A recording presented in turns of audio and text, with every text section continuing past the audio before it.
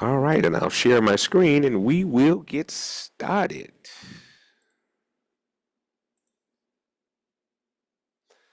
Good evening, everyone. Welcome to the AI journey.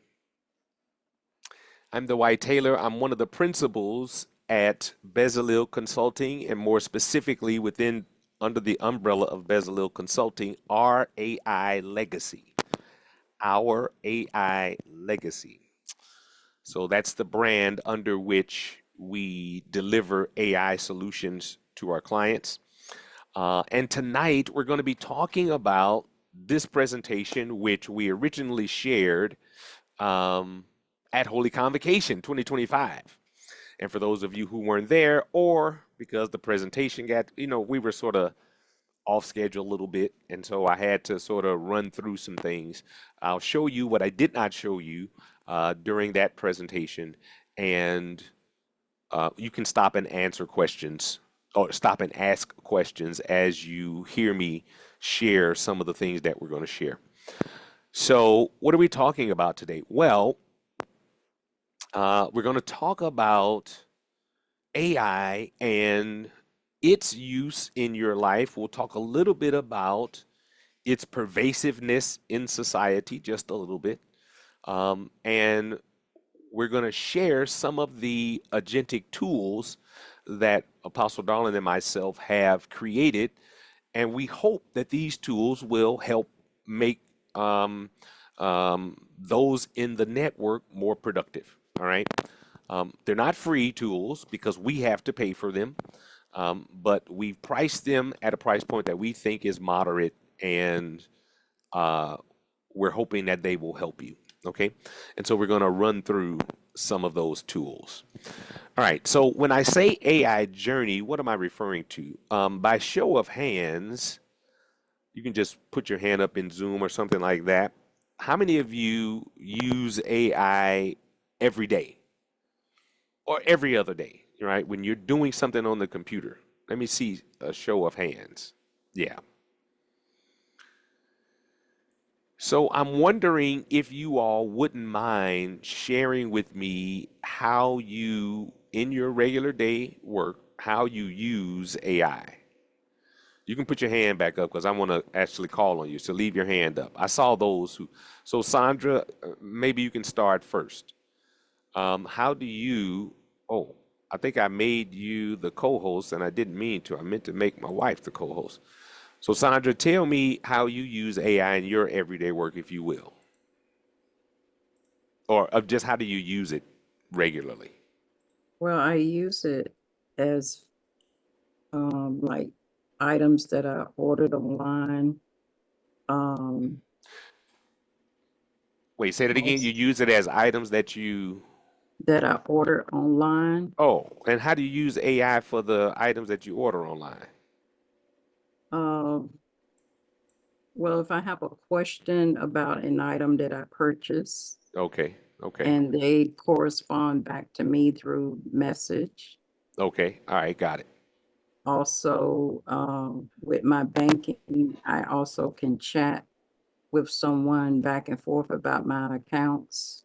Okay, Things like that, that I might have had a problem with a debit card or something. okay, cool. All right, Tooraloo, Tara, Weathersby, how do you use AI regularly? Okay. I use it for social media posts for all of my businesses. I use it to create like different letters to clients. Um, I use it to write books. I use it. Um, yeah, whatever way I can use it, I use it. So letters to clients, give me an example of a letter.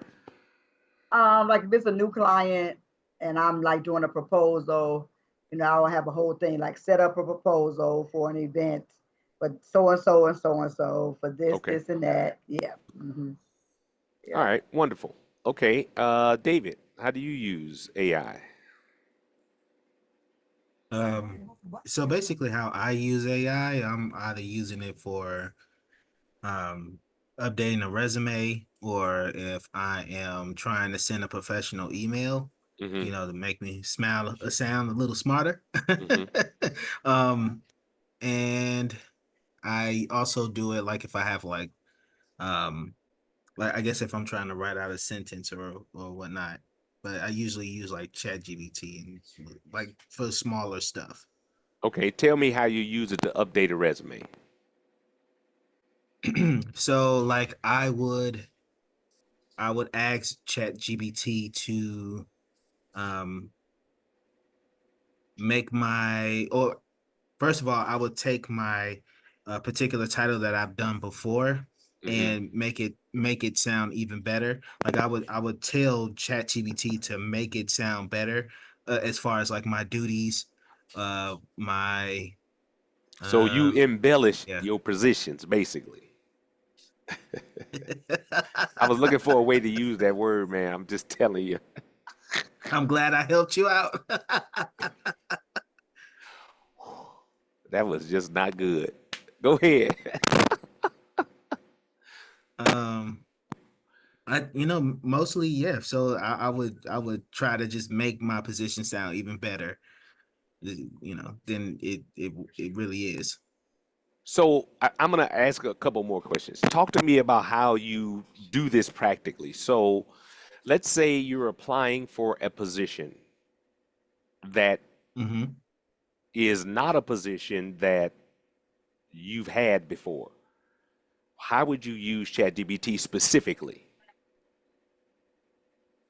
I would ask ChatGPT for the jobs and duties of that, and then just kind of tell it to make it sound like it's me.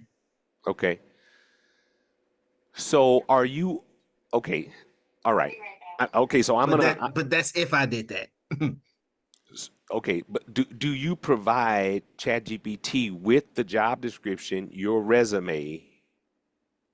Is that how you do it, or yeah? So yeah, I would take parts of the resume that I actually written out Okay, and then tell it to make it sound better. okay, all right. Okay, Sandra, we can see your video. It's sort of you got light behind you, so it looks like you look like a shadow. We can't make out your features. It's okay. Just letting you know that your video is on. Okay, all right. Thanks, David. All right, Rhonda, how do you use AI regularly?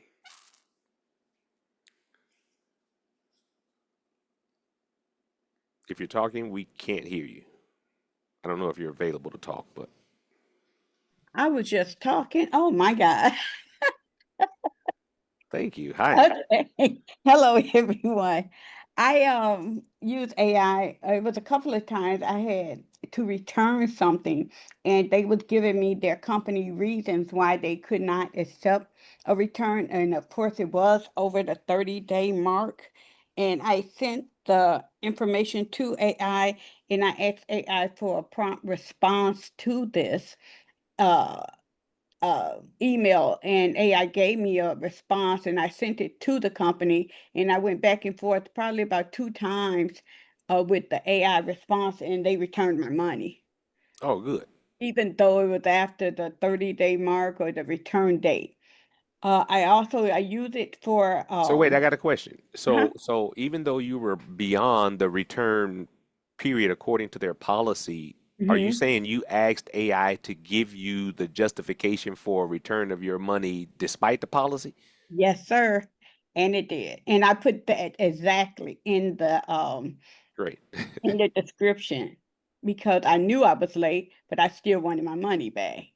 Cool. And, Got it. yeah, Yeah. and they returned my money too on 2 different occasions, 2 different companies.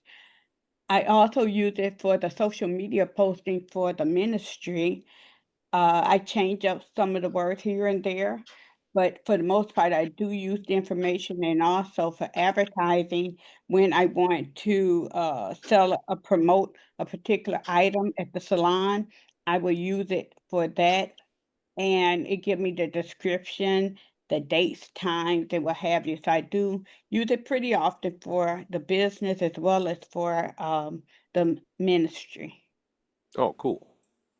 Wonderful. Okay. Let's see, Monicia. I don't use it every day. However, Okay. I use it like my friend for a job. Okay. So I put in my resume and I took the mission and vision of the company and the parole duties, and I asked for AI to um, intertwine my skill set along with with the duties of the other job, and it came up with a resume to look as if that's what I've been doing all my life. Cool. It also with parole. So when I got hired with this job, I had to do a panel in front of all parole supervisors, like 7 of them, and they told me they wanted me to do a PowerPoint as well and do a presentation.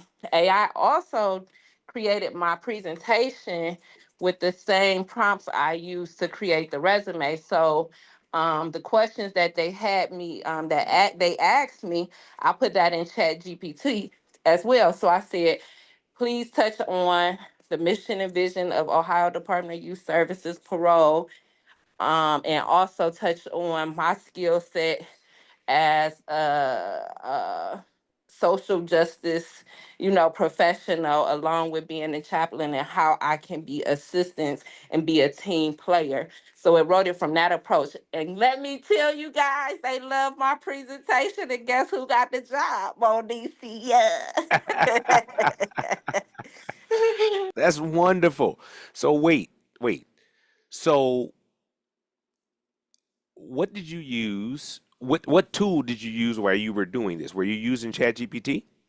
Yes, I was using ChatGPT. Okay, so ChatGPT didn't actually give you the slides, it just gave you the bullet points and you put the bullet points into the slide, or did it actually create the slides for you? It created the slides, but I did have to put it over into PowerPoint so I can make like a background. Yeah, I'm not that Chat GPT savvy, but it did give me everything to transfer over great, to, great, and great. and then I created the background and stuff like that. Okay, all right. So I'll give you all some tools that'll definitely help you all. Let's see. Um, yeah. Okay, so we'll talk about that. I'll give you some tools that'll definitely help with accelerating things. Free tools, right? And by the way, what we're gonna show you today, you can do all of this with the tool and then more, of course.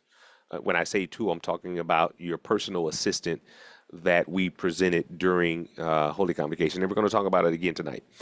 All right. So, anyone else want to share what they do with AI? One last time. And Kayla, I saw your comment.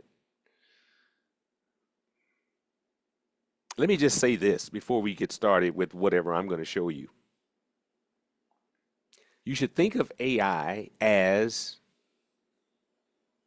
an assistant to you that you don't, well, unless you pay the $20 a month, but basically you don't have to pay for. And that assistant is really, really, really smart. It can require a paradigm shift in the way that you think. So, for example,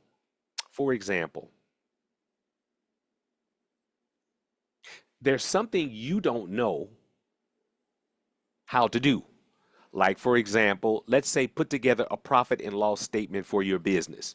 Let's say you don't know what it looks like, nor the process that you have to undergo in order to complete one, right? With an AI personal assistant, ChatGPT, personal assistant like the one I'm going to create, you can ask it. Number one, you can ask it to create a profit and loss statement for you, but since it doesn't know the financials of your company, you could ask it, how do I create a profit and loss statement? And it can give you a step-by-step instruction on how to do it.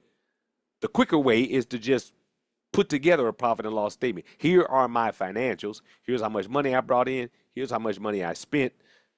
You can sort of maybe provide that in a spreadsheet, and it can build a professional profit and loss statement for you. I'm giving an example of something you don't know and you don't have to know, but you can learn and accelerate your learning at a very, very fast pace by just leveraging AI.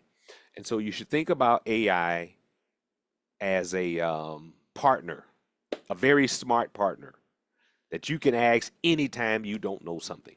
Okay. The other thing I wanted to encourage everyone to do, especially if you're using it for things like resumes and presentations, AI will hallucinate from time to time. It'll say things that aren't true, especially while you're writing your resume. It'll have you look like you was the CEO of Walmart. You got to be careful there and make sure it doesn't write something that then your prospective hiring manager can then come back and challenge you on. Okay. All right. Want to make sure of that, especially if you're using resumes. Okay. So let's get into what I want to talk about today. So I'm going to talk about the AI journey. Did I see it? Oh, no, that's Monicia's hand still up. Okay. All right. So let's talk about the AI journey. Before I do that, I want to talk about the AI market. I don't know whether you all aspire to have businesses or not, whether you're here to see the agentic tools that are at the user level that you can use and will help you spiritually and that sort of thing, or whether you're looking to leverage AI in your business, or whether you want to sell tools to somebody. I don't know. But these stats that I'm about to share with you is relevant to everybody, regardless of what camp you fall in, okay? First off, the AI industry. And when I say industry, I'm talking about all things AI. That includes chatbots like you all were sharing that you use. It also includes agentic tools and automations like I sell. And maybe I'll show you one of those non-AI automation tools that I use on a regular basis. Um, it's a $1.8 trillion market by 2030. Now, in case you think that's only 5 years from now, 1.8 trillion with a T. That means goo gobs of money are being spent and goo gobs of money are being made just by leveraging AI. Here's another interesting stat. 87% of businesses don't have AI in them. They're not leveraging AI. And when I think about these businesses, I'm thinking about independent contractors, independent agents, and very small businesses. They're not leveraging AI for what they do every single day. Every single day, right? For example, let's give an example. Let's give an example. Responding to emails. You can use AI to help respond to your emails. It takes a little bit of work so that you teach the AI which emails to respond to and which ones you don't want it responding to. But okay, forget responding to emails. How about just organizing your inbox? Just organizing, putting emails that are important where they belong and unimportant emails where they belong. You can use AI to sort of help you with that and make those decisions. And I'm just giving an example. Here's another one. The barrier to not using AI is not the demand. That's not the issue for the 87% of these businesses. That's not the issue. They all know that they need it and they want it and it's available. The problem is the technical expertise, the how to. All right. Some of you, I want you to really listen to this. Really listen to this. The how to. Amina, do you have Darius and Destiny's and also Me Angel's email address? Yes. Can you send them the link, the Zoom link, please? Okay. I'm sorry, everyone. Give me 1 second.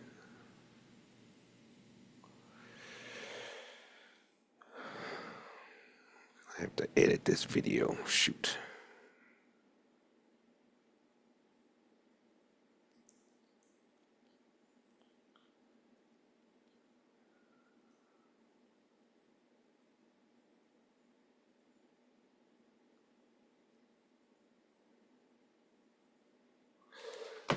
All right. So it's technical expertise. And when we say technical expertise, we're talking about people who know how to use AI inside of a business.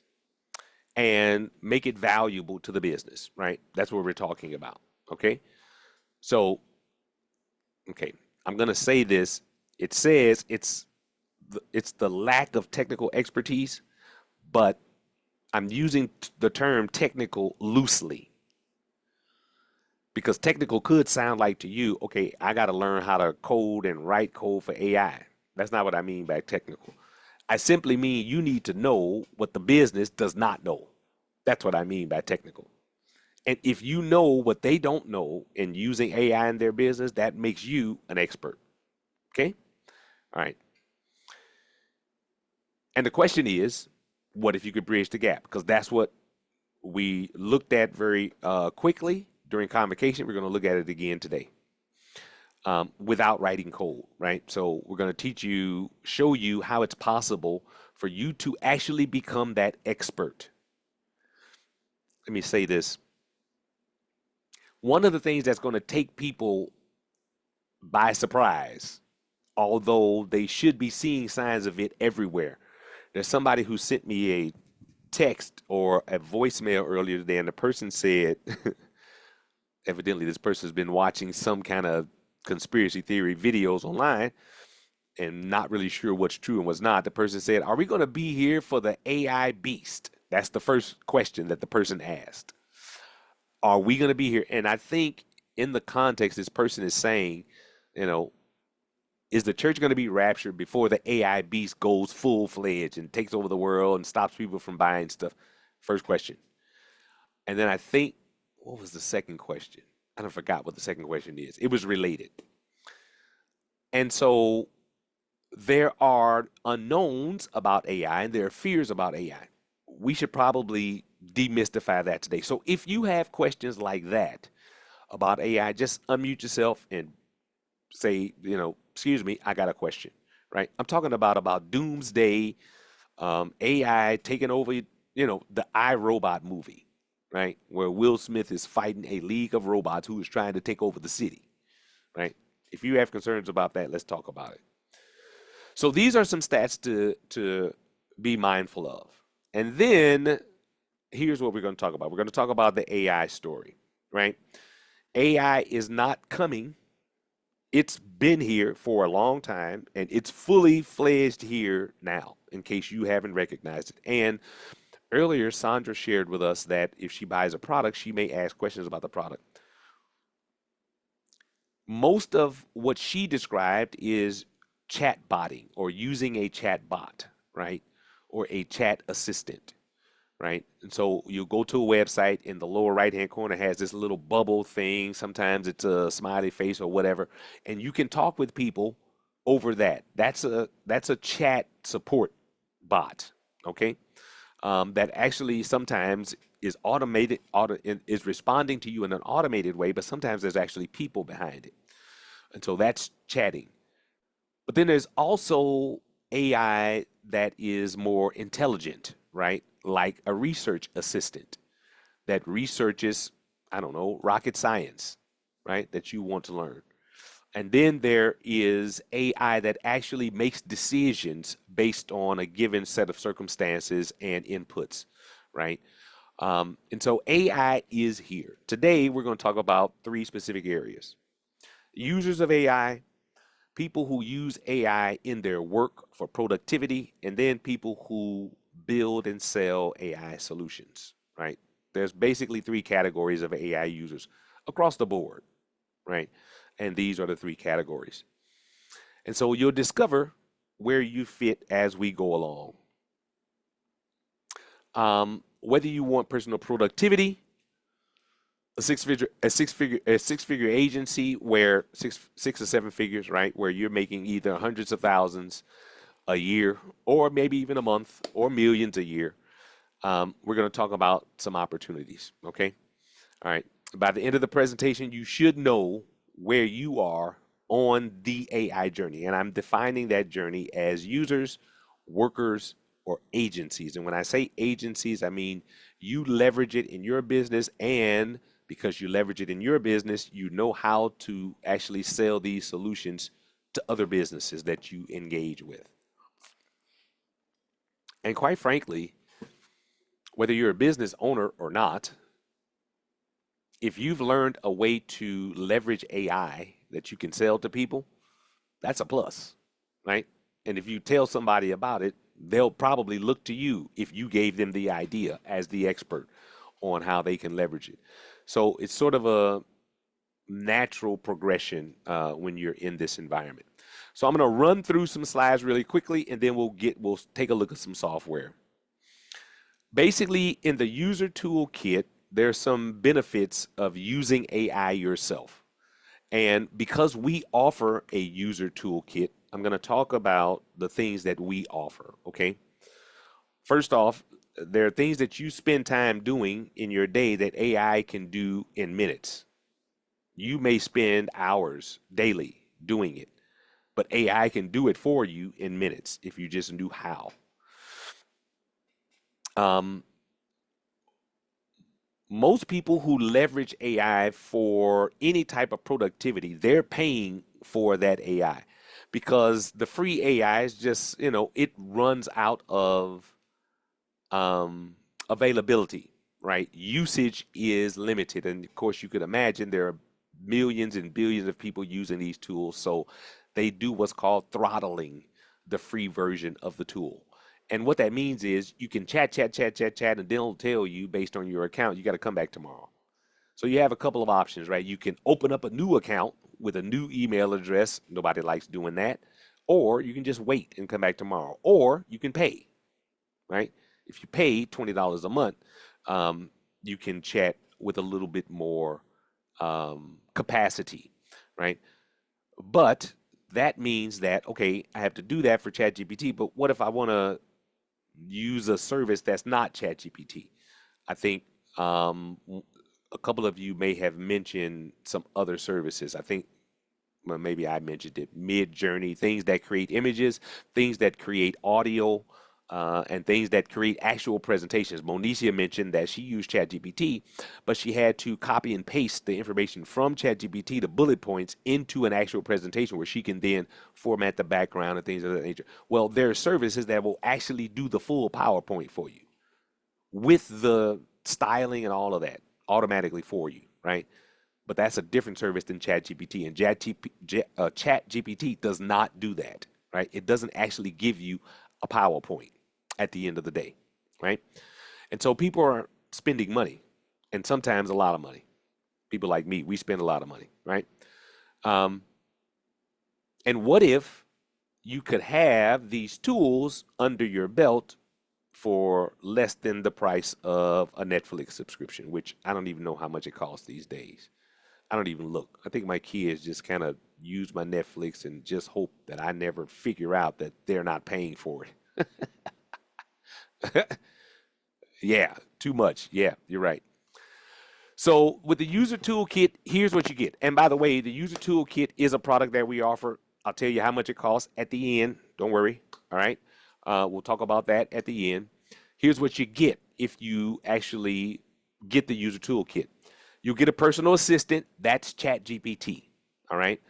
The benefit of this personal assistant is that number one, it's unlimited. Number two, it learns what you want over time. So David was describing to us a scenario where when he's applying for positions, he adjusts his resume to the position, which by the way is what everybody should do in case they haven't told you. If you're applying for a position, you should really contour your resume to the position, to the job description itself, and use the terminology. Why should you do that? It's a great question because AI is scanning your resume long before a human ever sees it. 2 or 3 layers of AI is scanning your resume long before a human ever sees it. And so if you use AI to craft it and you use the right prompt and the right request of AI, it can help you with a resume that will get your resume past the AI screening agents. It's number one reason why you want to do that. With a personal assistant, once you do that a few times, your personal assistant has awareness of the resume that you used for technical support, the resume you used for a managerial position, right? And you can then just call those things up and you have full history. With ChatGPT, you can chat for so long, and then ChatGPT tells you you've run out of tokens for this window, and you need to start a new chat. And when you start a new chat, it's not aware of your previous chat, right? That's the problem. With this, you get, a history, you get backup, and the things that you upload. By the way, when you upload stuff to ChatGPT, can anybody tell me, unmute yourself, can you delete what you upload to ChatGPT? Anybody No, know? I don't think so. I don't think so, if I'm not Uh-uh. mistaken. You can't. Do you know why? Because that license you signed when you created that free account says anything you give us belongs to us, and you can't get it back. Okay. There may be they may have modified their policy where you can request to have all your data deleted, but what if you just want to change it, update it, right? What if you don't want ChatGPT having it because it was sensitive information, like your financial statement for your company, right? So with a personal assistant, you have control over everything you upload. It can be deleted. You can change it. You can wipe it out, right? And that sort of thing. And it's available to your personal assistant. So that's another benefit. In addition, you can use your personal assistant to do anything, right? You needed to write a presentation for you. You needed to update a resume. You needed to create some social media posts. You needed, as Tara said, to write a letter to a prospective client. Whatever you needed to do, you can use it to do that, right? And it's your personal assistant, which means, again, over time, it's learning you and your behavior and the things that are important to you. We have a dream research assistant, a spiritual warfare assistant, a seer, prophet, and prophetic voice assistant. What do these mean? Dream assistant. You have a dream and you want to do the linear method, right? You want to go through all the objects in your dream and the people that you see in your dream and the colors that you see in your dream, and you want to know what's their relevance in the Bible, right? Now, you could do that with ChatGPT and that sort of thing, but this dream assistant has expertise from people who have written dream books, right? So we have some authors that are embedded in there, and so their techniques you get the benefit of, like Chief Apostle Joseph Prude, for example. He's one of the authors that are in the Dream Assistant. So you get the things that the Holy Spirit has revealed to him on interpreting dreams. And by the way, he's a master interpreting dreams. When I need dreams interpreted, I go to him. I used to go to him. Now that I embedded his stuff in the assistant, I go to the assistant. Anyway, so spiritual warfare assistant, seer, prophet, prophetic voice assistant. What is that? You want to know who Obadiah was, right? You can do it with ChatGPT, of course, and with those restrictions that we've already mentioned, but you can do it also here. And these tools, there's no limit to using them, right? And then, of course, we demonstrated the Apostle Clifford Turner. And as Apostle Darling mentioned during Holy Convocation, we are building a ton of content into the Apostle Dr. Clifford Turner assistant. All of his sermons, all of his, he used to do this Bible study when they first started the ministry, when Pastor Denise was with him, with Elder Dozier and all of them. So we've got just a ton of content that we're going to transcribe and put in there. And then, of course, you have the image generation tool.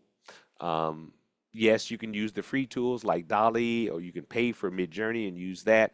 But we have a tool, and I'll show you some images that it created, and you'll see the level of quality. Okay, I'll show you that shortly. All right, so that's the user toolkit. What's the value to you? You can save time, right? You can save money, um, and you get around this free chatbot limitation, right? And by the way, for those of you that are trying to use ChatGPT to write your book, I'm going to really encourage you to do something. Okay? All right. There's a tool called Originality AI. Originality AI. It's originality.ai. Whatever book you're writing with ChatGPT, I encourage you to take a chapter and put it in Originality AI and see what it comes back with. See what type of index score it comes back with. The index score is going to tell you the likelihood that this was written with AI. Listen to me carefully. There's all Kindle, all of the pubs, they're going to start having these badges that tell people where you think you wrote something that you didn't write it and AI wrote it, right? And I don't know the overall impact of that badge long term, but I can tell you it's probably not going to be good because everybody's using AI to write things, right? The same thing is going to happen in academia. They're going to be flagging people's homeworks and failing people for just using AI and taking the lazy way out. I'm not saying if you're using ChatGPT to write your book, you're taking the lazy way out. I'm encouraging you that if you're doing that, you want to make sure, number one, to read your content, read it thoroughly, and make sure it's not hallucinating while it's writing for you. Okay? And the second thing you want to do is you want to use a tool that will tell you whether your writing or what ChatGPT or whatever tool you're using is writing for you is being seen as originally written or it's AI generated. Okay? Want to look for that. Yeah, so you get around the usage limit. So those are the benefits of the user toolkit. I told you I'd tell you at the price at the end. Yes, David. So, question. Yes. As far as the originality.ai, so are you able to beat it if you add, I guess, like if you take away some of the words and add some of your stuff in it, wouldn't it technically be original at that point? When you say add your stuff, you need to define stuff. Unfortunately. Okay, so like Yeah. if they say uh if it's a what am I trying to say? When Basically you you say stuff, do replace a you word with mean, another word. yeah, replace a word with another word? Okay. Right. Without getting too technical, all right? The way AI does what it does is it predicts the next word based on the previous words. That's how it writes. Okay? It does prediction. The challenge with what you're describing is I just want to replace a word. But the way the tools identify that it was AI written is by the prediction, not by the word that was used. Okay? So the patterns that it's looking for in writings that are produced by AI tools is not based on a word. It's much more complex than that. So I don't think you'll get around it. You can try it, right? I encourage you to try it. You don't have to do it with a whole book, right? You can do it with a paragraph, right? Try it and see if it works, right? I encourage you to play around with the tools and do it for free. Don't pay for originality, anything like that, but create a free account and play with it and see what I'm talking about, right? The other thing is you need to make sure when you're writing with something like ChatGPT that it's not saying things that's not true because it will fill in gaps. If you ask it to write a book, it will fill in a bunch of gaps and say a bunch of stuff that did not happen. And if you write a book that has a bunch of stuff that did not happen, you're going to run the risk of soiling your credibility with your audience should they really like your book if they find out it didn't happen, right? Or you wrote it with AI or AI hallucinated, which is really bad, right? So just read it and stay encouraged relative to that. And I do encourage using those tools to find out what the written with AI index is if you're writing with AI. Okay? All right. Any other questions? The price point for the user toolkit is less than 67 cents per day, right? That's about $20 a month. Okay? For those of you doing the math. It's less than $20 a month. All right. I want to talk about the worker toolkit, and I'll go through this one pretty fast. Your clients expect AI powered results, but you're still doing things manually. When I say your clients, I'm talking about people who pay you to do things, right? Assuming that you have some type of service where people pay you. They expect you to be delivering results like some of their other people that they pay that are using AI. But if you're doing things manually, eventually your clients are going to notice.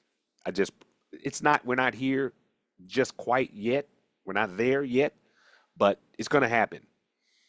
Your competitors who are cranking out things using AI, it's going to cause you to look exponentially slower than them, right? This is just a reality of the pressure that AI is putting on businesses across the spectrum, right? That's number one. And then these are dilemmas, right, for the worker, right? Those who need to be leveraging AI for productivity. You're brilliant at what you do, but it takes up time, and your client has to pay for that time. If you could use AI to do things that you do, it's much less expensive, right? Well, that's not really good. I want my client to pay me as much as I want. Okay, if that's your mindset, you're not going to have clients very long. You should be wanting to optimize for your clients, right? So that they get the best price point and you deliver the best service, right? And that's what AI and productivity helps you do, right? Competitors are gaining more clients than you if they're leveraging AI, especially if they're doing it for lead magnet or lead nurturing and things of that nature, which we can talk about if somebody's interested in that. And what if you could be the premium provider because in your back office or behind the scenes, you're leveraging AI? So the Worker Toolkit has all the user tools, and it has some other stuff, right? What is the other stuff? And we mentioned some of this, right? I didn't show you this slide, but I mentioned it verbally, right? Customer relationship management system that is nurturing all your email addresses, all your contacts relative to your business. You get that tool, right? You get an invoicing system so you can send your clients professionally designed invoices with your logo and the work you did and the cost and the tax and all of that. Okay, I see you. I hear you, Kayla. You want to know about the lead magnet. Great. I'll show you a little bit. I'll show you some of that. It's outside of the scope of this presentation, but I am going to show a few of the automations that I use to help me. Okay, and so I'll show you that. All right. You get a logo generation tool, and I'll show you the logo tool. I created something for Holy Convocation. It's really nice. I'll show it to you. You get funnels. Who knows, by show of hands, what a funnel is in business, in marketing? What's a funnel? I'll actually show you one of my funnels for those. If you don't know what a funnel is, For sales, right? Sorry, it's like a sales funnel, right? who's that talking? It's Kayla. Hey, Kayla. Yeah, a funnel is for sales. But what specifically is a funnel, and why do we call it a funnel, Kayla? Do you know that? I'm not too familiar. I've heard of it. I'm trying to learn more, but I'm not too familiar yet. Okay, wonderful. It's All right. So, anyone else? apostle, prophet. Yes. It's a lead. It's continuing to lead you on to the next Wait, say that again now. lead. It's called a lead magnet, and it Okay, continues to lead you to the next sale. the next sale. Okay, I see. I understand what you're saying. All right, thank you, There's a lot of Rhonda. static, Elder Rhonda. prophet. Say that again. Your mic probably has static. Man, I'm trying to figure out what is the static. It Is it just started again, but is it too loud or you hear something in the background? no, it's on you. I think it's your can't be your mic. I hear it now. Say that again. I hear it now. You hear the static now? Nope, not now. Okay, you Yeah. don't hear it now. No. Yeah, it's like when you fiddle with something, it or maybe if you move or something, it kind Yeah. of statics a little bit. Okay, it's it's not this, right? Nope. Okay. No, I think it's something that you were messing with further down, I guess. Yeah. Now. Yep, that. Okay. How about now? Good. It's good now? Yeah, it's good now. Okay. All right. Back. Do you hear it now? Yes. Are you saying yes, Rhonda? Yes, I hear it now. Okay. All right. So let's see. What can I do for this? Hmm. All right. Give me a second. Let me try something. You all. Oh shoot. Let's look up some AI to see what we could do. Yeah. If I take my headphone out, I think you're gonna be able to hear noise in my background. So let me try this, and then you all tell me how it sounds. Okay. All right. How does this sound? Like you're in a Mm, funnel. It sounds like I'm uh, in. Yes, that's what I thought. It sounds like I'm in a funnel, right? Yeah, but we can hear you and understand just fine. Yeah, I don't like the static. I appreciate you all telling me about that. How about now? You still hear the static, right? No. No, No, we no. don't hear it. no. You Okay. you can teach profit. It's kind of like only some certain movements. It's not throughout the presentation. Right. Okay. All right. Right. Okay. I appreciate you all. I need to make sure I review this recording so I can see it. Okay. So anyone else want to give their idea of funnel? And I'm about to show you one in a second. Okay. Here's a funnel. A funnel is a single purpose web page essentially that funnels people into your ecosystem. That's why it's called a funnel. It funnels people to you, right? And what Rhonda was saying is it leads you to the next. She's sort of right about that. So this funnel is a funnel for my book. That's the goal of the funnel. A funnel has an objective, and it could be you just want somebody to take your ebook, or you want someone to share their email address with you, or you want someone to um, sign up for your free course, right? A funnel is a single web page that allows you to create this, and then you just send this link to everybody. You see, there's my book, there's the framework that's a part of my book, and there's some stuff about my book. And if you want to buy the book, you click this button, and then it takes you to a cart where you can buy the book, right? It takes you to my Stripe account where you can purchase the book, right? So that's what a funnel is. The reason I share that with you is because if you get the Worker AI toolkit, you can create funnels. Well, how many funnels? As many as you want. Well, who can I create them for? Whoever you want. How much can I charge? Whatever you like. Okay? So you get funnels. You also get forms. What's a form? Well, a form is a way for you to collect information from people you're interested in collecting information from. Well, what information I collect can I collect? Well, whatever is interesting to you. The common elements are name, email address, phone, maybe, right? And for example, how they need your help. Do they need something from you? Okay? All right. Then the next thing is the image editor, not the image creator. You get the image creator, but you can also edit images, right? And then there's chatbots. So, what's a chatbot? Well, we talked about this. A chatbot is a tool that allows you to chat with support for the website that you're currently on. That's what a chatbot is. Okay? And you can build chatbots for your own website or for your client's website. For the worker, most of these tools are about productivity for you, right? It's helping you build a funnel for yourself. It's helping you create a form where you can collect information from your users. It's helping you generate images for your businesses or your headlines or the newsletter that you're sending or social media posts.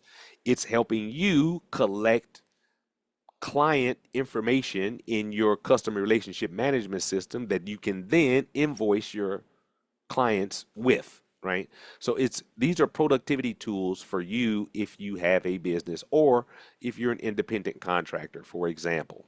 Okay, so that's the worker toolkit. The benefits are pretty straightforward, right? Um, if you have a CRM and you're automating your invoice or you're sending invoices automate, you can serve more clients, right? Without doing things manually. That's just math, right? You can build them for strategic work and not administrative tasks because you're having tools that help you um, spend less time serving your clients, right? Um, one client to pay for the entire year. And remember all those tools that I just listed? If you have any business where you're producing things for people, the likelihood that you have multiple AI tools is high. And because I do it, I know, right? And so you can have one bill that you pay every month and get a suite of tools. You can position yourself as an AI solution provider. Even though you don't have an agency and you're not selling tools, you could be an expert. If you become an expert at, for example, creating what's known as a hero image. What's a hero image? When you go to a website, that big, wide image at the top is called a hero image. And the reason it's called a hero image is because it's up front. It's what you see. It's above the fold, whether you're on a phone, whether you're on a computer or whatever, you see that image, right? If you become an expert at creating hero images, people will pay you, right? So you can position yourself as a leader, and then it's less than $3 a day, right? That's less than $100 a month, okay? And then there's the agency toolkit. I'm not going to spend too much time here. This one is $500 a month. You want to sell AI tools. You can make a lot of money doing it. I make a lot of money doing it. All right. You get all the user tools, you get all the entrepreneurs tools, and then you get 30 other AI tools. These are ready-made AI tools that you just need to learn how to use to build for other people, which is what I'm about to do. Okay. I did this at convocation, but I'm doing it again slowly so I can explain a little bit. And then we'll get out of here and unless you all have a bunch of questions, okay? All right. So here's a slide that I intended to show that this is just recent, right? So in July 3rd and July 10th, um, one of my clients paid me for two of these virtual assistants, $2,000. And let's see, that's July 18th. So I just got another $400 recently from this same thing. So it's 400 a month. Every month, $400 comes in. Okay. All right. How? Right. Here's the how. So now we're going to get into building this, and I'll stop sharing for a second. I'm going to answer any questions that you may have right now because what I'm going to do is build one of these tools like I did during convocation, and we're going to use Monicia um, since she put her foot in to the circle before you all got in. We're going to use her website. We're going to build a tool. Kathy, hey, bless you. How are you? Yes, Fine, how are you? I'm taking it easy on purpose. How about you? Good. So, okay, I have a business, and I want to create a virtual assistant for my business, which I don't want to do the Excel spreadsheets anymore. I just want to put all the expenses for all of the properties and the income. Can the assistant do that? Sure. If you all you have to do is provide it to the assistant, right? You have to give the assistant that information. But if you give the assistant that information, it can do whatever you want. I don't think you were in when I was talking about a profit and loss statement. Yes, that's But yes, I'm gonna demonstrate that shortly. I'm gonna okay. demonstrate how the assistant can help you build it. And if you provide it with your financials, then it can produce whatever you want: an income statement, profit and loss statement, um, profit projections. It can give you ideas depending on how much detail you give it about your business on how to increase revenue by 20, 30%, or your assistant can do whatever it can do quite a bit. Let's just put it that way. Okay. And I'll give some examples of that. All right. Other questions?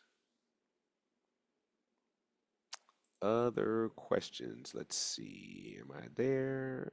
Yeah, I'm there. Okay. All right. So we're going to go through this. This is what it looks like if you purchase the agency package, which is $500 a month. I didn't talk much about that, but you get all of these tools, right? So it's everything that comes with the user, everything that comes with the worker, and then there's additional tools, okay? And we'll talk about one of these tools today, and if you want, we can talk about multiple things. So I'm going to do three things before we end. the first thing I'm going to do, let's see, what time is it? Yeah, it's only 8:06. Good. So the first thing I'm going to do is I'm going to show you what I did at Convocation. We're going to walk through it a little bit slower, right? On how I built a RAG assistant for Flash Media. It's still here. Here's the Flash Media assistant that we built. How I did that and why you would want to do that. And then how do you sell it? And who would you sell it to, right? And how would you sell it, right? So let's talk about that. All right. So with the agency package, what you get is you get a bunch of tools that allow you to build agents that you can sell to people. And I'm going to give some examples of how we do this. Monicia, what's your website again? code-parentingconsulting.org. I don't know whether I spelled that right or not because I can't see. I put it in the chat too. Is that your website? I only see you. I don't see no screen. Oh, I need to share. Thank you. Sorry about that.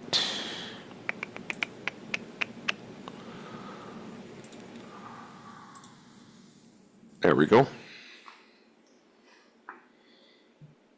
That's your website? Yeah. All right, wonderful. All right, so everybody, so we've got Monicia's website here. What we're going to do is we're going to take her information. We're going to try to take the information from the website in building her specific agent, okay? And what I think I'm going to do is you don't have a logo on your site, so I think I'm going to create one. What happened to my web page? There we go. I'm going to try to create a logo from scratch, and I'm just going to take a screen print of a portion of your website, and we're just going to call it a logo. That's what we're going to do.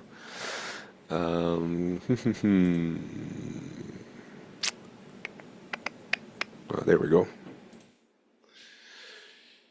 All right. So we're going to take this,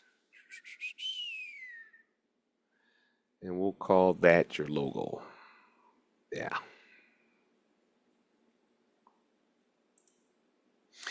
Basically, what I just did is take what's known as the snipping tool. If you have a Windows computer, everybody has a snipping tool. You can go to search, and just search for snipping tool, and it allows you to snip a section of a screen to draw a little rectangle or square around a screen, and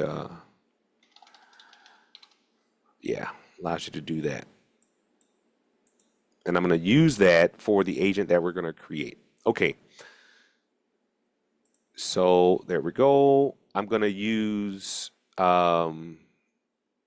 this tool here. Is it the one we want to use?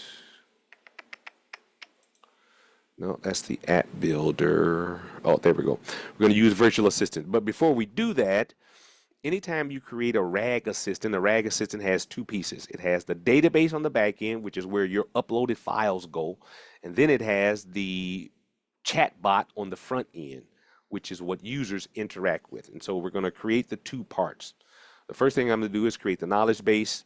And we're going to create a new knowledge base for Monicia, and we'll call it co-parenting.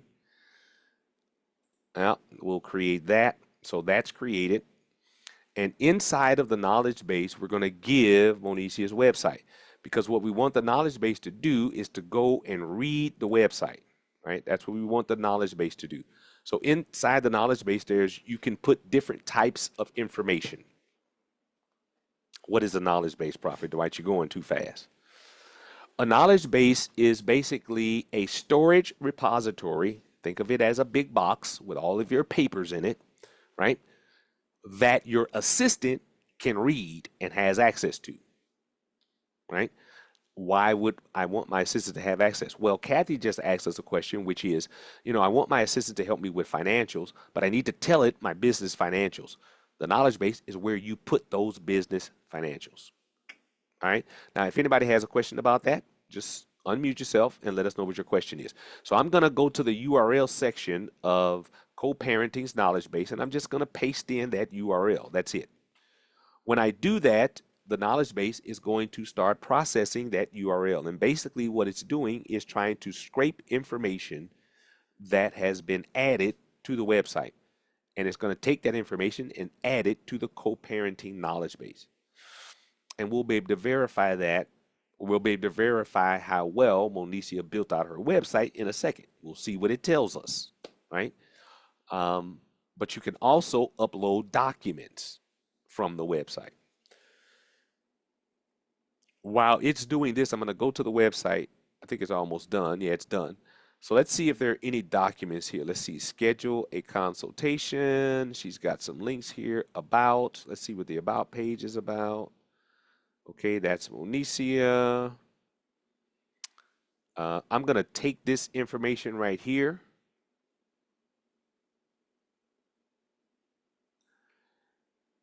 And I'm going to add it to her knowledge base manually, because you can add manual. You see it says manual document. So I'm going to add a manual document, and I'm going to call it Monicia's role description. And I'm just going to paste in what I copied from her website, right? That's the 2 paragraphs. As a previous social worker, I often advocate for men who wanted to, and so on and so on and so on. I'll add that to the knowledge base.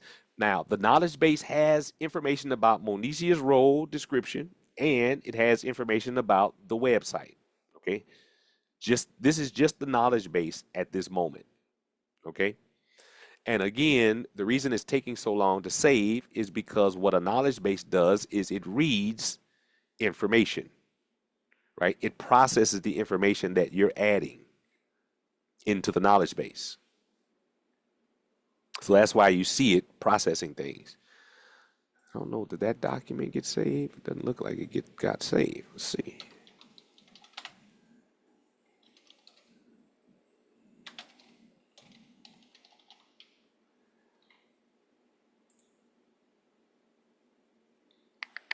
There we go. Okay.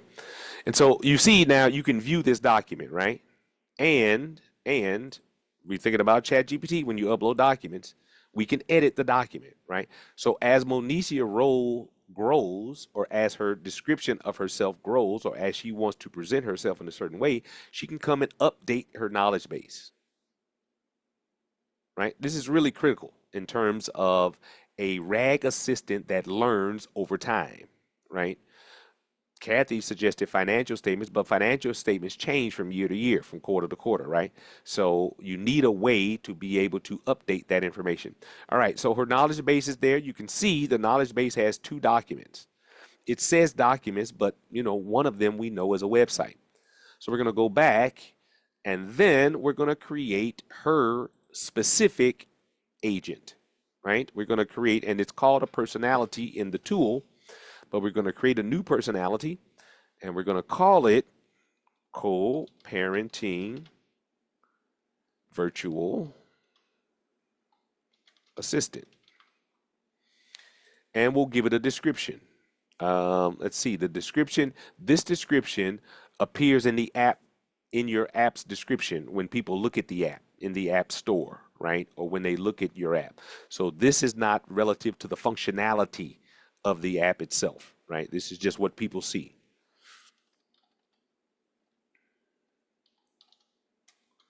I cannot type, so we're not going to waste time doing that.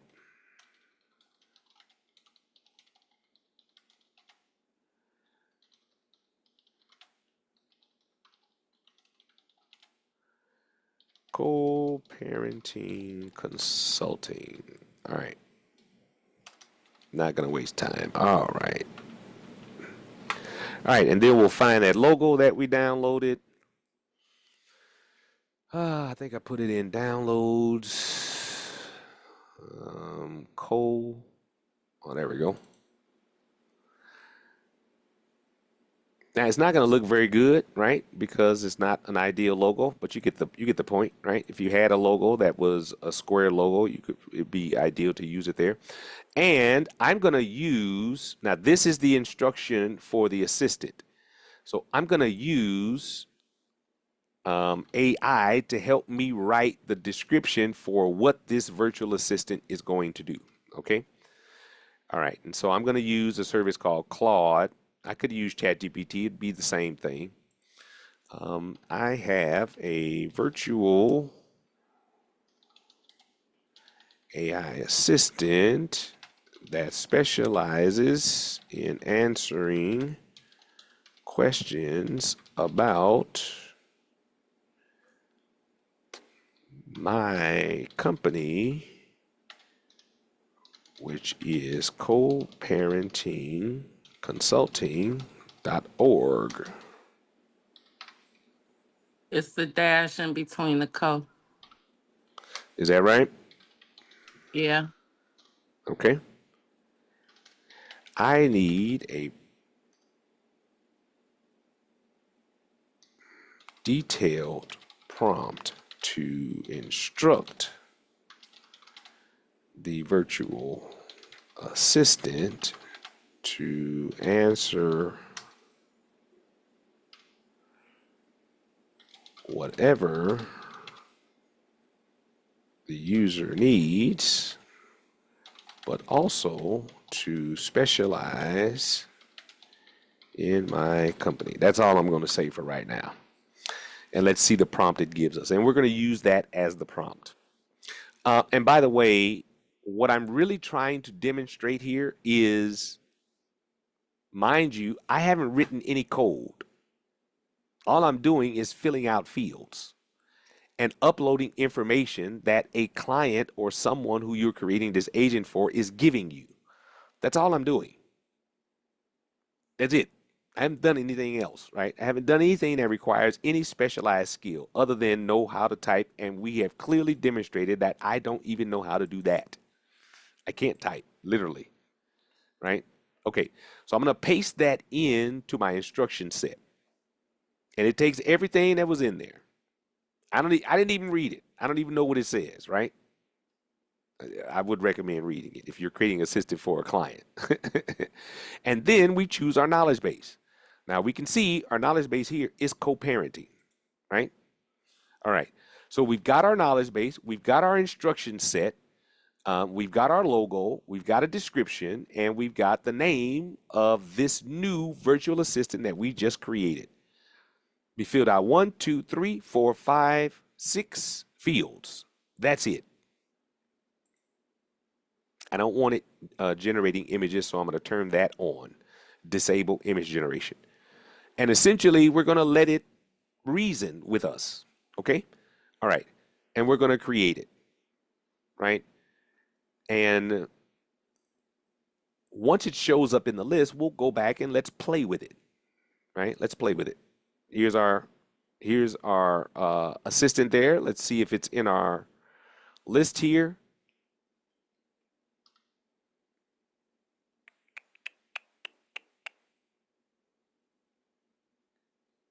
All right, there's our assistant, co-parenting virtual assistant. Now, Monicia, since you wanted this demonstration, what is going to be our first question that we ask your virtual assistant?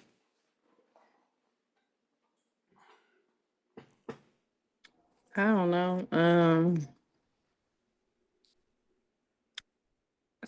Can you Okay, come and teach a workshop? I don't know about. give me an outline for a workshop that teaches young men what? What do some of the young men struggle with? They struggle with communicating with their children's mother. Okay, that teaches young men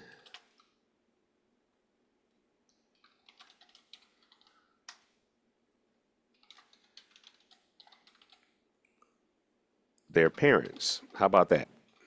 Mm-hmm. Okay. How long do you want this session to be?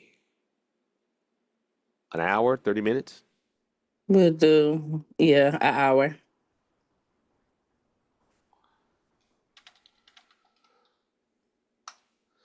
All right, let's see what it comes back with. Now look at what we've done now. We haven't given it any information. We didn't tell it what type of young men, right? We just told it to give us an outline of a program that we can use to teach young men to communicate with their parents better, right? All right, so let's see what it gave us.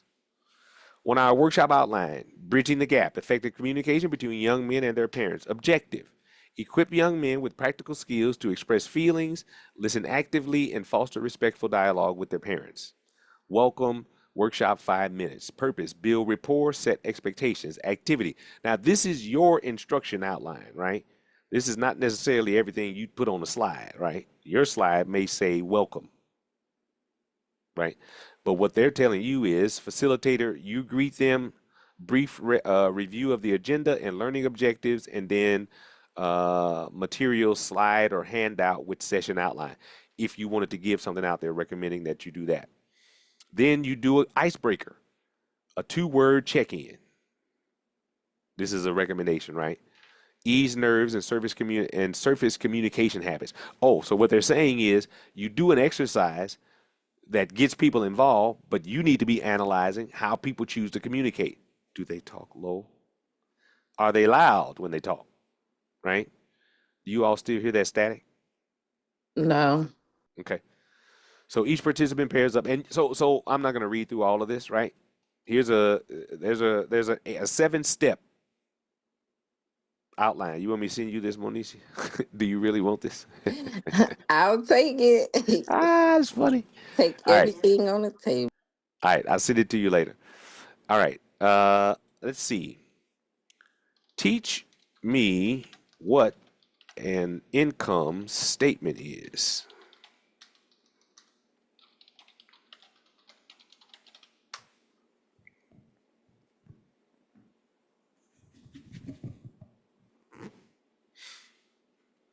Now, this is totally unrelated.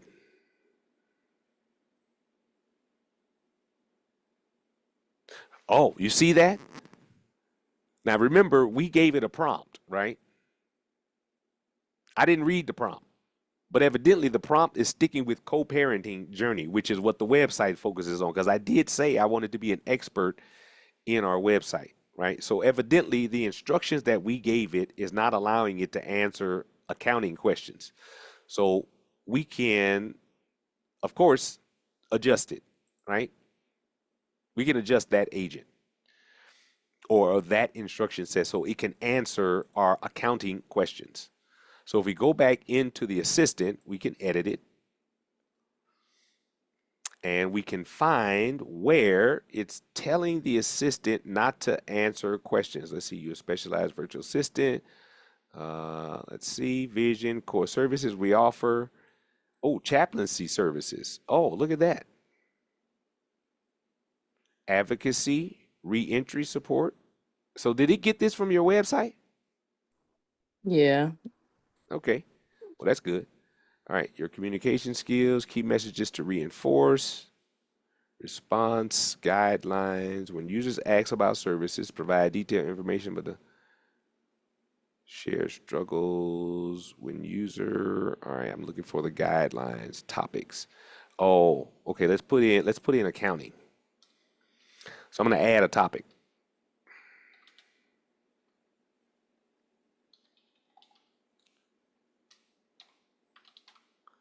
All right, I'm going to add an accounting topic to the instruction set and see what it does, see what it gives us after we do that.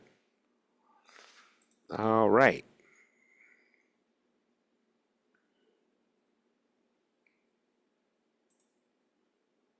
And we're going to ask that question again and see what it says.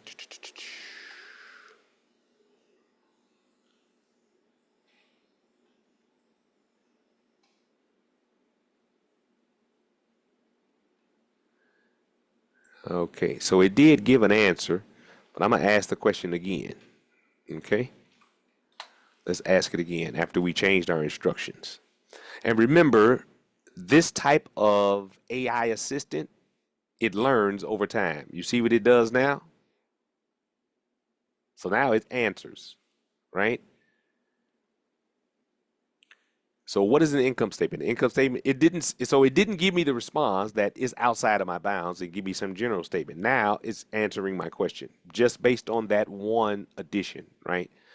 All right, so an income statement is a financial report that summarizes revenues and expenses over a specific period of time, month or a year, to show net profit loss, blah, blah, blah, blah, blah, blah, blah, blah, blah. Quick education, right? So let's see.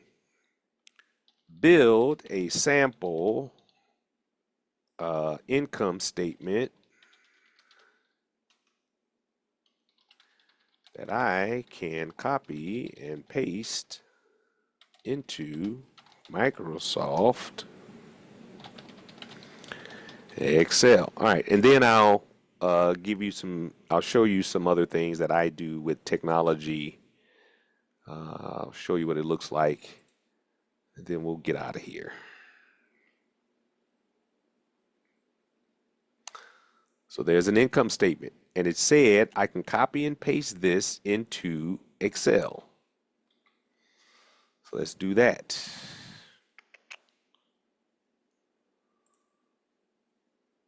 And see what it looks like. I don't think that's going to be good. Okay. Give it to me in an HTML table instead.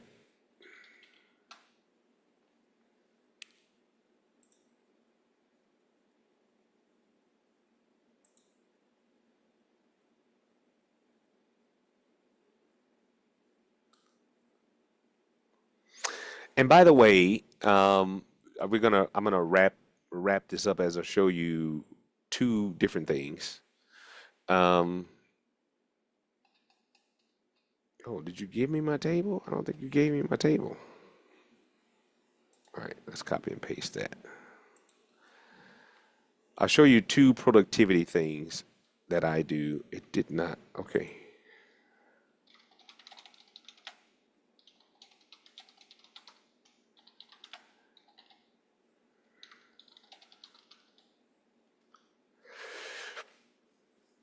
I'll show you one automations that I use for my Monday night teachings that takes a video.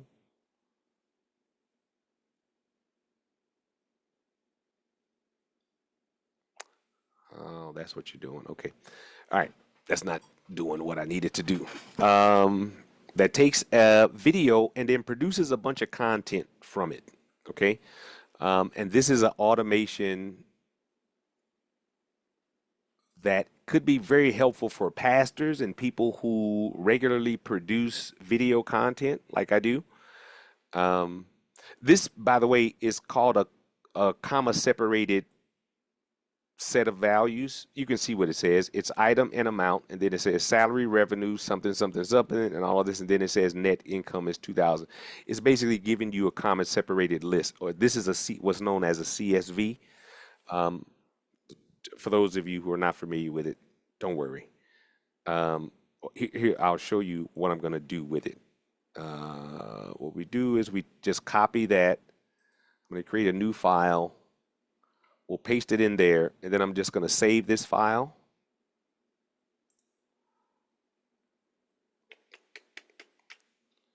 Where are we going to save it? Where is this? Website. Okay, we'll save it as income.csv. Yeah. And then I'll show you what it looks when you save a file like that as a CSV, what it looks like.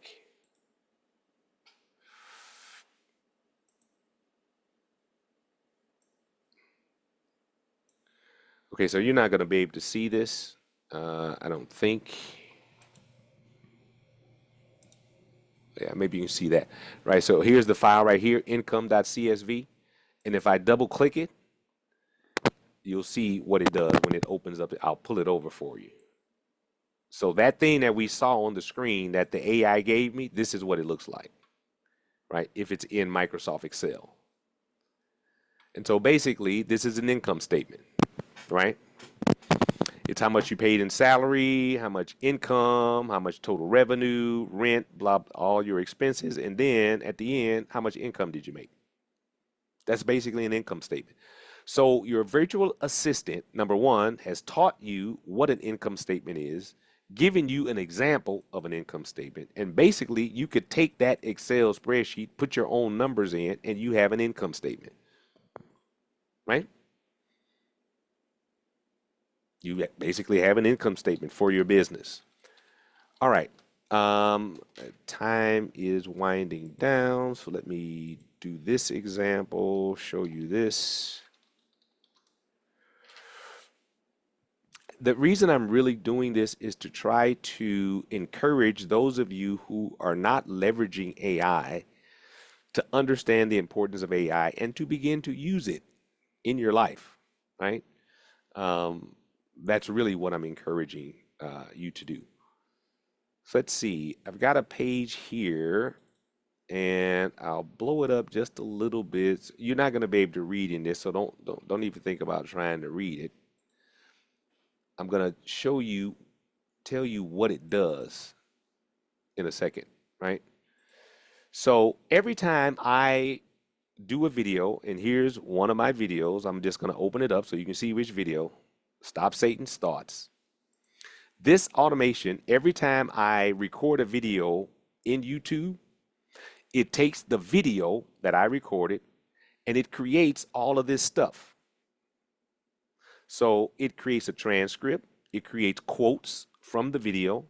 So let's look at some of the quotes. We don't take this opportunity for granted. Turn to your Savior. Worry not about the eternity. Let's see. Thoughts, perceptions, actions, habit. If those of you who watch this one, you know this one. Thoughts, perceptions, actions, habits, strongholds. Know the process, right? Never forget thoughts become perceptions. So it's taking some quotes from that recording, right?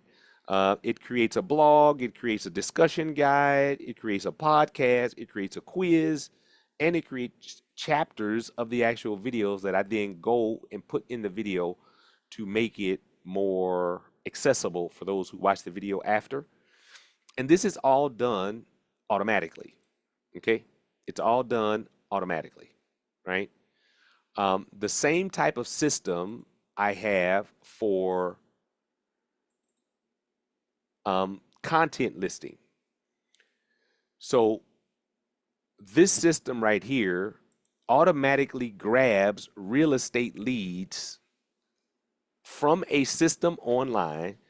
Maybe I'll show the other one. Let's see. CRM. Is that it?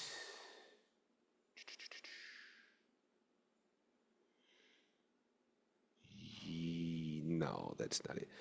So basically, Kayla, you were asking about the lead management system. So we build systems that automate people's leads, and I'll show you one of the jobs that does it. Let's see. So we build automation jobs that help. And Monisha, you got a question? If you do, go ahead and ask your question while I pull this up.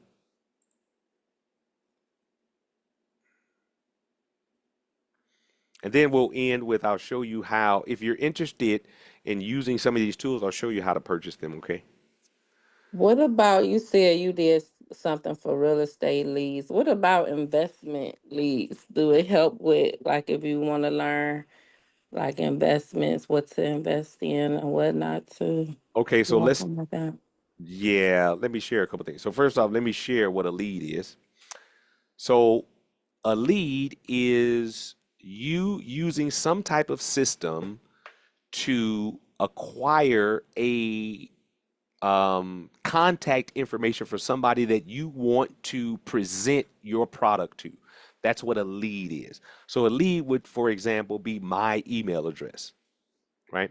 Or in the real estate market, a lead would be a property that is up for sale. Okay, that's what a lead would be.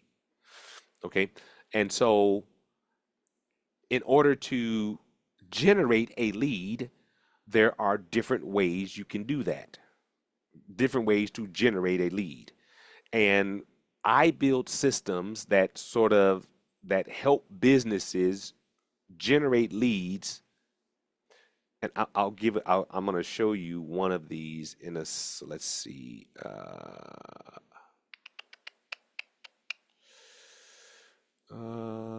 Yeah. Okay. Here's one of these examples. Um, so I'll show you this, and then I'll explain what it does basically, because we'll be here for another 2 hours if I have to explain this lead to you. So I'll bring this over and show you what this automation does. All right. So let's get that open. So Kayla, this is a lead generation automated system. Okay. Here's what it does. It uses a system that I created that goes to one of the most popular business databases known as Apollo. I go to Apollo and I will scrape or pull a bunch of leads from Apollo. And in order for this to work, which is one of the reasons why I can't really show it to you, because this is designed for a company in Canada. We can run it. I can run it for you and show you how it works, but it's not very relevant. Um, so what I do is for this customer in Canada, every day I go and get 1,000 businesses that this person wants to connect with that's not already in this person's database. I go get 1,000 businesses and or I go get 1,000 leads for this business that this business can then, once those leads are in this business's database, they can then start contacting these people in an automated way. And this is a whole system that does that, right? It goes get the leads, then it puts the leads into the database. It makes sure, so this step right here, make sure that the lead that I just got is not already in the database. If it's in the database, it does nothing. It updates the lead that's in the database. But if it's not in the database, then it'll add it to the database. And it does it by, and I'll show you what the database looks like in a second. So let's see, let's go back to the other page. Where is Peanut Box?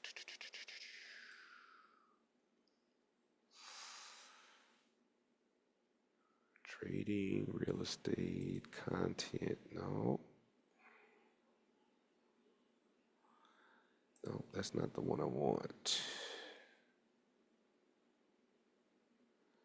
Nope, that's not the one I want.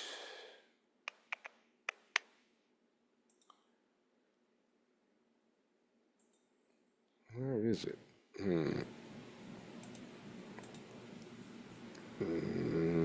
Oh, yeah. Okay. So here's the database. So you can see I've got information here, and you can see there's names, people's names here, right?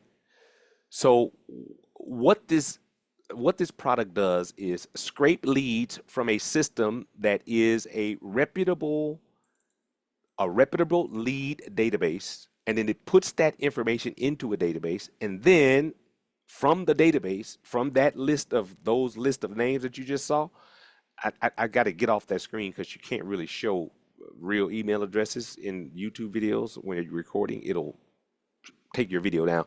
Um, it then allows the customer to, for each lead, for example, send them an email saying, hey, my new product is here. And the reason you're sending them the email is because when we scrape the leads, you're identifying what type of company. So, for example, I want companies that are in Canada or the United States, right? And they need to make at least $10 million a year, and they need to at least have a staff of 10 people, right? So you're putting these parameters in that you give me, that I put into the system.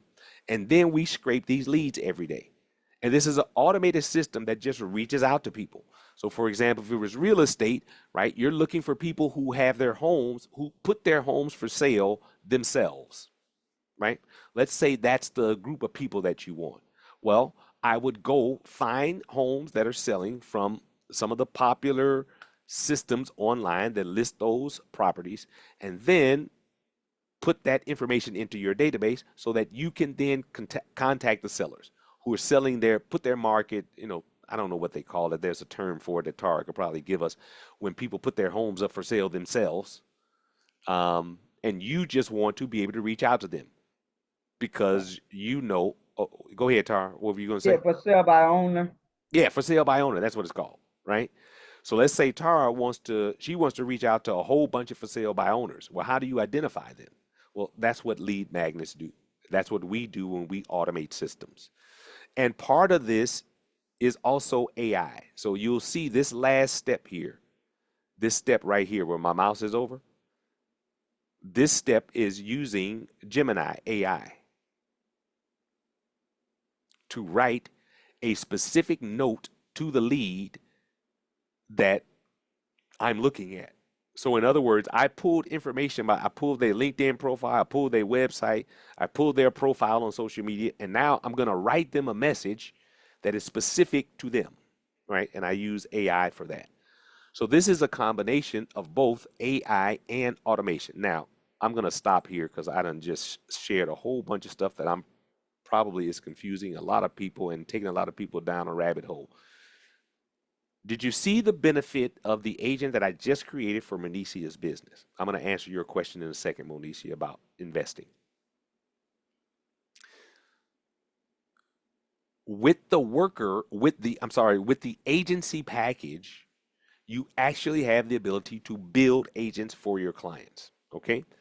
That package is $500 a month. So before you think about doing that, you need to make sure that you have some type of mechanism for getting clients because it doesn't make sense for you to try to do that if you don't have a way to make your money back. Okay? All right. So I told you at the end, I'll show you how to buy these and show you the prices. So here we go. The user package, which includes us building you your own personal assistant.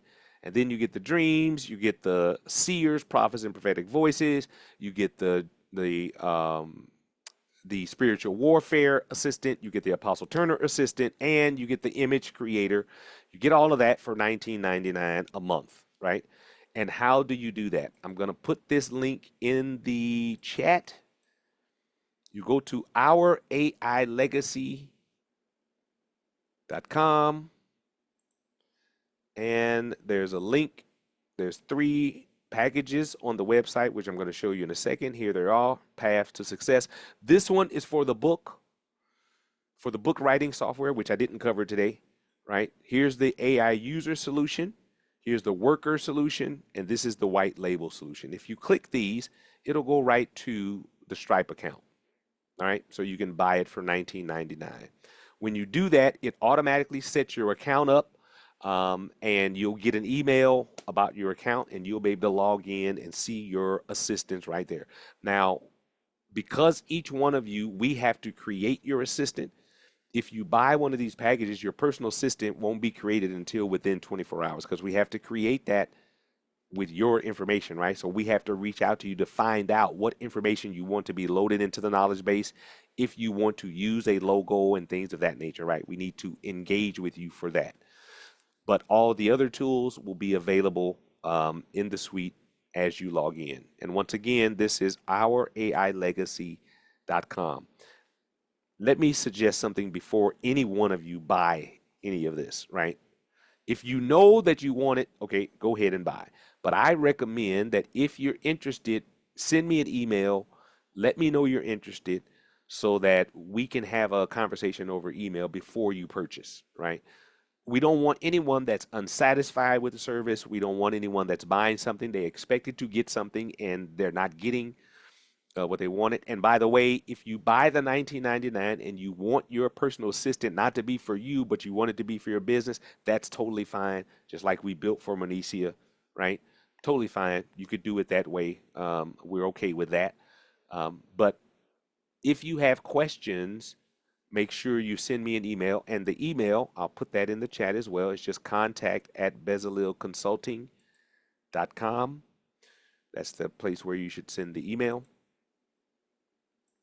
Send us an email, send me an email and let me know that you're interested, and I can answer any questions before you purchase if you still have questions or you have concerns or something was not clear. Okay? Yeah, yeah. I don't, we're not in the business of making money. I see your hand, Kathy. We're not in the business of just trying to make money and sell things to people, and we don't care about how they use them afterwards. We want you to be satisfied, right? Because we're not really trying to become rich off you. We want you to benefit from these tools, right? Kathy, yes. Okay, so what if you don't have a website? I just need to give you the information about my business, right? If you don't have a website, yes. Yes. Yes, Okay. whatever, if you wanted to have a virtual assistant for your business that you want to use, yes, you'd have to Yes. give me the information that you want to upload, or I can show you how to do it. Okay. Either one, right? Okay. Oh, and by the way, I should have shown you all this. I don't know why I didn't. Is the 19.99 per month or Yes, it's per month. Yes. okay, got Yeah, all the prices are per month. So with this virtual assistant, you can actually upload files to your knowledge base from right here, right? So watch this. Add this file to my knowledge base. So I'm gonna select the file. Let's see where we can get a file. Or maybe we'll add that. Yeah, let's add this image to the knowledge base. All right, so I'm gonna add this, what I'm using as a logo, to the knowledge base. And we'll go back and see whether it really added it. I don't know if I added an instruction to add things to the knowledge base or not. I may need to add that in because we took our instruction from Claude. All right, so let's see what it says. How would you like to use that message to support fathers on their co-parenting journey? For example, we can create a workshop promotion or a social post around co-parenting, develop talking points for a consultative invite, a consultation invite. Well, I like that one. Let's do that as a last hoorah. Yeah, develop talking points. I like that. And then I'm gonna look inside the knowledge base. Well, there you go. Those are some talking points.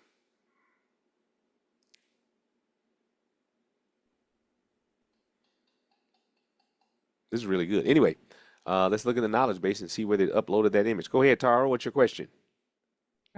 Okay, so if you have multiple businesses, can you have more than one virtual assistant, or is it just one per 19.99? Yeah, it's one per 19.99, Okay, unfortunately. so that second tier, I think that's the 59.99 or something, or what is that? No, the Is it a second second? tier is 99, but that also does not include multiple virtual assistants. Okay, got you. Okay. Yeah. But well, so I'll tell you. I think Monicia dropped off, so let her back in. I'll tell you something you might. It can get confusing. So when you have virtual assistants that do multiple things, and Right. virtual assistants can do multiple things, it gets Okay. kind of complicated. Okay. Do they get Although, confused? right, but I mean, we you could do it if you tell me to do it. I'll do it for you, but I'll give you a warning that, you know, if you have a virtual assistant that's doing multiple businesses, when you begin to ask it specific things about the business, it's going to get confused. Okay. Okay. You see what I'm Got you. saying? Right. Yeah. All right. So I thought I also promised to show you all the logo maker for the worker. Let me show you some of these images that came in, and I was like, wow, that's nice. I like it. Um, Yeah, so here's some of the images from the Holy Convocation thing that I put together. Look at that. That's nice. See, there's another one that I like. Oh, here's one that I really like.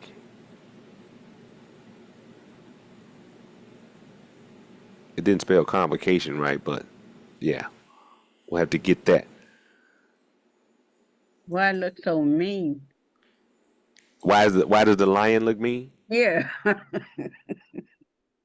Scary That's like. interesting. You want a lion to look like a kitty cat, Rhonda? No. Elder Rhonda?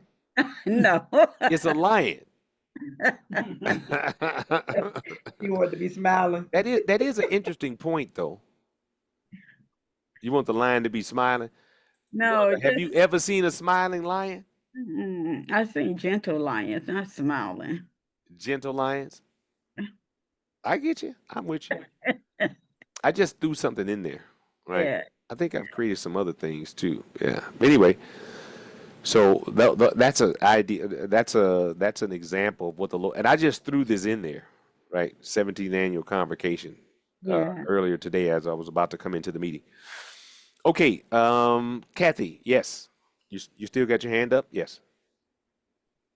On that, I seen you had Claude, you used Chat GPT and Gemini. What's Yes. the difference between all of these? Not much. Okay, Not much. They're pretty much all the same thing, just competitors. thank you. Yep, they all have large language models. Okay, sounds good, Deborah. I see you. All right, you all. I wanted to do this so that we had more time and so that any of you. Okay, Eldorado. Yes. Okay, I had a couple of questions. Tara, you answered Yes. one that Tara asked. That was good. Are you able now with you needing our information, are you able to see our input, the things that we asked the virtual assistant and what have you? I'm an admin for. So let me answer this question. Dep- if you buy the. Okay, so first off, just so everybody understands, the only way you can create these agents yourself is if you buy the agency plan, which is $500 a month. Okay. To answer Elder Rhonda's question, if you buy the agency plan, I can't see any of your information at all. Period. Okay. Okay.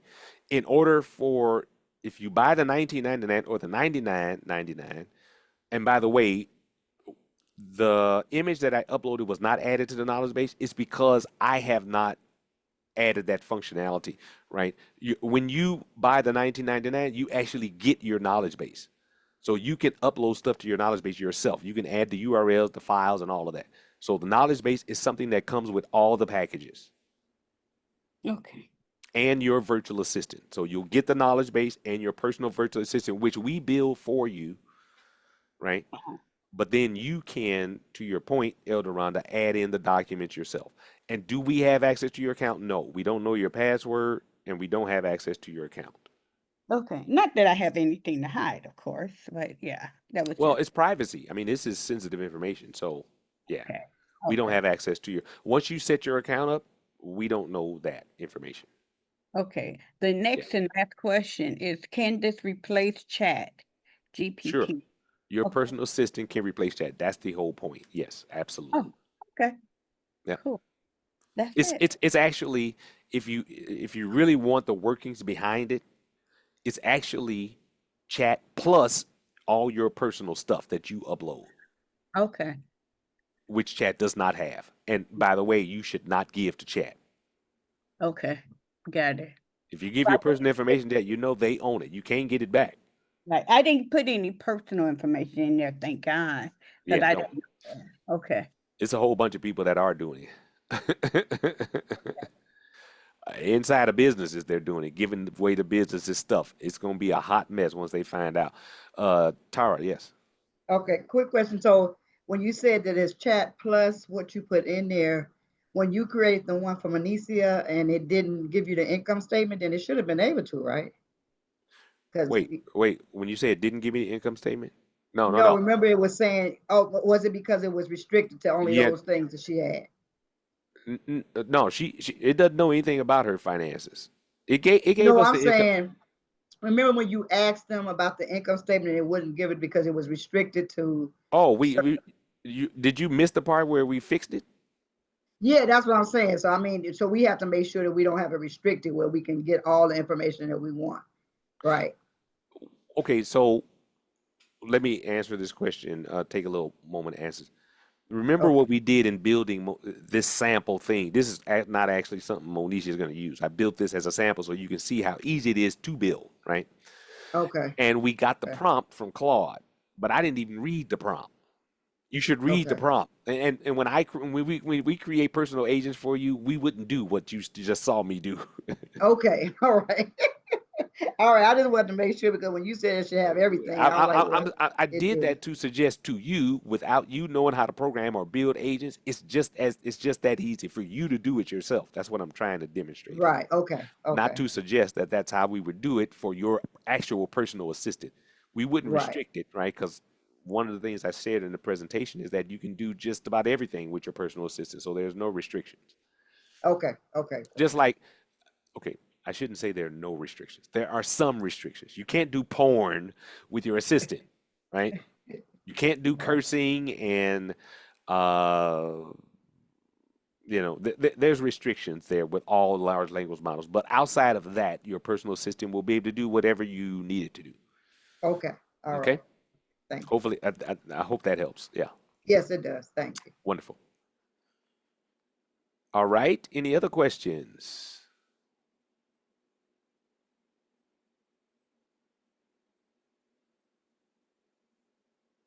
All right. I want everybody to have a good evening. For those of you that registered, I'll send you the recording if you want to look over it. And for those of you that are interested before you purchase, just send me an email, right? And we'll set up a 20-minute talk so we can just talk about what you'd like to do, and I'll tell you whether these tools are right for you or not. Okay? Got it. Thank you Thank you. so much. All righty. God Thank bless. you. Bless All you. right. Okay. Have a Thank good Bye. night. you. Have a good Thanks, evening. Prophet. All Bye right. bye. See ya. And Monicia, if you're interested in using this, let's talk. Okay? Okay. All right. Bless you. Oh, wait, Monicia. Yeah. You should probably set up time so we could talk about investing too. I can tell you a lot. Okay. Yeah. My thing went out when you said something. I got kicked off the Zoom or something. Yeah, I have a bunch of auto trading software that I wrote. I wrote software for myself that auto trades for me, and I do a lot of investing. I'll show you Amina's investment account one day. Okay. Once Yeah. we I set up want to time to learn talk. something different so I can do better. Okay. All right, sounds All good. right. Thanks. Bless you. Bye.